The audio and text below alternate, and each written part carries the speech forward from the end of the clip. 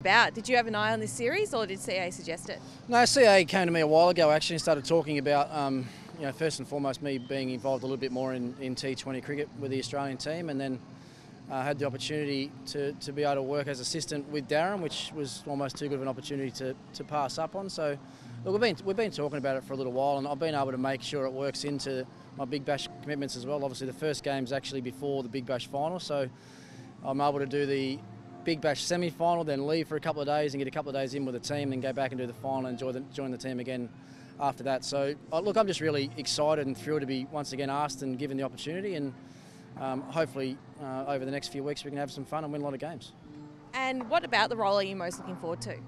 Just working with the best players in Australia, really. It's being back with the national team again and playing against two other very good international sides. So I think that's the most exciting thing. I've got a bit of a coaching bug. I love the game. I like being around the best players and like being able to feel like you're having some impact on the way they play their cricket. So as I said, very much an assistant's role. Darren's obviously the head coach, and hopefully we can work well together. And I think I'll be working with another good mate of mine as well, Troy Cooley, who's going to be the bowling coach. So first and foremost, we'll make sure that we're obviously well planned and the players are well skilled, and if we do that, then hopefully we'll have some fun along the way. And would you like to be the full-time T20 coach one day if Australia did split the roles in the future?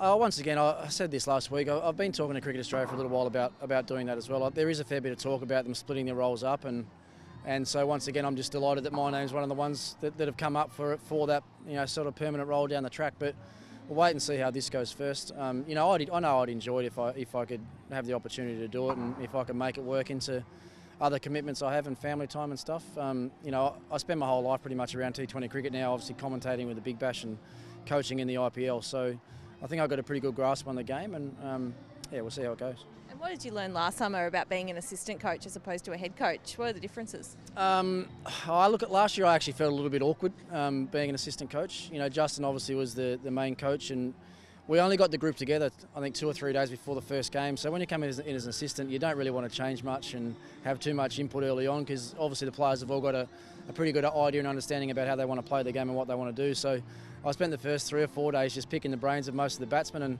trying to find out what their triggers were or what their keys were to having success in this form of the game. And then as the tournament went on, I felt I could start drip feeding a bit more information to them about what I thought might work for them. So it'll be pretty much the same this year, but some of the guys I worked with last year I'll probably be working with again, so I'll have a bit of a clearer idea before I start. And what will be your major role working alongside Buff and Troy Cooley? So I think I'll have some input on the batting side of things with the batting group, and if I do, that will be a lot of fun. As a coaching group, you all have to work really closely together anyway, and as much as the batting stuff that I can do will be relying on the statistician to give me all the stats and figures on what the opposition bowlers do. So